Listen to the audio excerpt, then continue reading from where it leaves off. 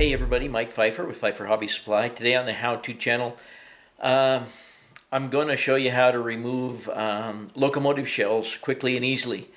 I know there's a million other people have showed how to do this, but I keep getting asked all the time, so we're going to take a look at how to do it. I know this is not my idea, this is other people's idea, but let's take a look at how you do it.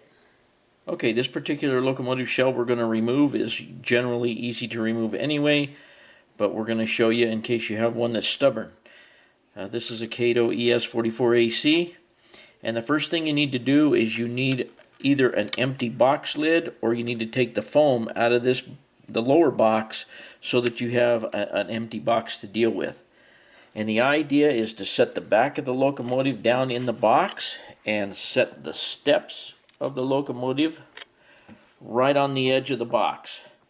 Then all we have to do is lift the box up about an inch or two and drop it, and you can see that the shell has separated from the chassis. Now, if at that point you can generally pull them off. If you have one that's a little bit stubborn, you can certainly turn the locomotive around, lift it up a couple inches, drop it down, and now you see that we have it well separated. You could actually keep going until it falls out, or you could just pull on it.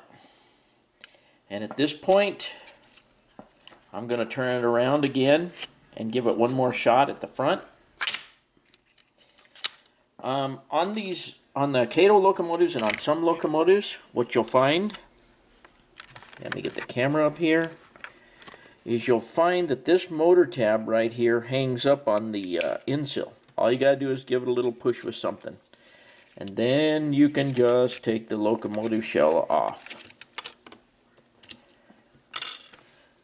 And that's about how easy it is. There are a few locomotives out there that require removal of the couplers on each end, and if that's the case, you're going to need a very small Phillips screwdriver to remove those couplers. And then if you need to, you can use this same technique. If not, you can usually pull the shell off. But that's pretty much it on diesel shell removal, and I hope this helps you guys. Okay, everybody, I hope that helps you out when you're trying to remove your locomotive shell.